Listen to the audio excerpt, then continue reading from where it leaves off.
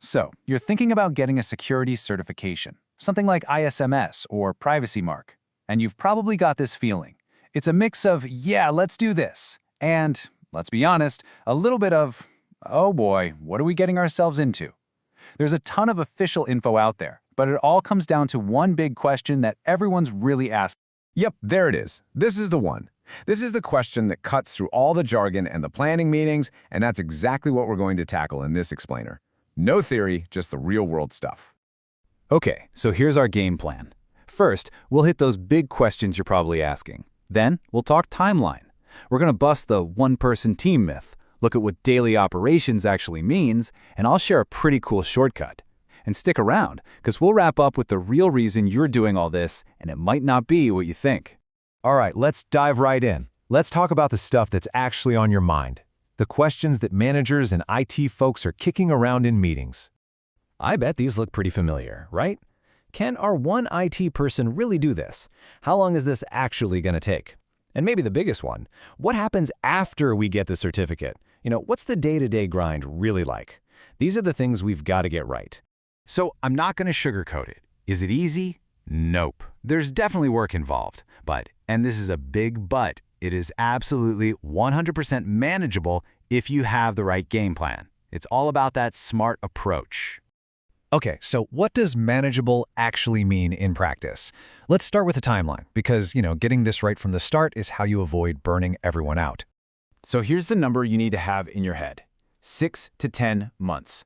That's the sweet spot for most companies going for ISMS, Privacy Mark, or PIMS. It gives you room to breathe to do it right, without that last-minute panic. Seriously, think of it as a marathon, not a sprint. And what's happening during those 6 to 10 months? Well, it's not some kind of dark magic. It really comes down to 4 main things. Getting your rules and procedures organized, getting all your documents and records in order, running through what's called a PDCA, or Plan, Do, Check, Act cycle, basically an improvement loop, and then, of course, getting prep for the audit. It's a logical path. Okay, now we're getting to a big one.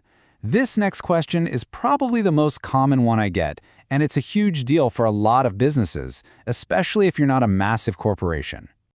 Can our one IT person, our hero who keeps everything running, actually handle this whole thing by themselves? It all comes down to resources, right? Look, here's the deal. The game has changed. Maybe way back when a super dedicated IT manager could pull all-nighters for a few months and make it happen. But today, honestly, trying to do this with just one person is just not a great idea. It's a fast track to burnout. So, why the change? Well, a few big things. For one, the rules are just way more detailed now. 2, everyone, your customers, the public, expects you to have top-notch security. The stakes are just higher. And 3, and this is crucial, you're putting your entire security program on one person's shoulders. What happens if they win the lottery and move to Tahiti? You're stuck. Okay, so if one person is a no-go, what's the right number? Well, there's no single magic number, but a really good rule of thumb is to plan for about 1.5 person-months of work from your IT team, and that's spread out over that whole 6 to 10-month period, right? That's the kind of resource planning that sets you up for success. All right, fast forward, you did it. The certificate is on the wall, high fives all around, but then, what? What happens the day after? This is where people get worried about some new, soul-crushing daily workload. Let's rethink what daily operations really means here. It's not about a frantic, firefighting grind every single day. It's much more like a steady, predictable rhythm of tasks that you have scheduled throughout the year. So what are we talking about? Things like doing security training once or twice a year, keeping your records up to date, taking a look at your risk assessments every now and then, running an internal audit. See, these are things you put on the calendar. They're planned, not chaotic. So hopefully you're feeling a bit better. It's manageable, it's scheduled. But what if I told you there was a way to work smarter, not harder, a strategic shortcut, if you will? Here's the single best piece of advice I can give you. Do not start from scratch. Trying to build every single policy and document from a blank page is just a world of pain. The absolute smartest move is to use templates.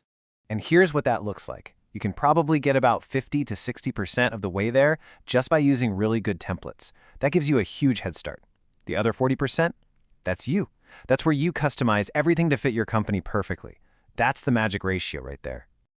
Okay, let's zoom out for a second and talk about the most important part of this whole thing. Because this isn't really just about passing an audit or getting a piece of paper. There's a much bigger why behind all this. Here's the thing. Security can't just be the IT person's job. If it is, your company is incredibly fragile. The real goal, the true purpose of getting a certification like this is to build a culture of security. A culture where everyone in the company understands that they have a role to play in protecting information. So that's the final question I want to leave you with. As you're thinking about this, are you just trying to check a box and get a certificate to hang on the wall?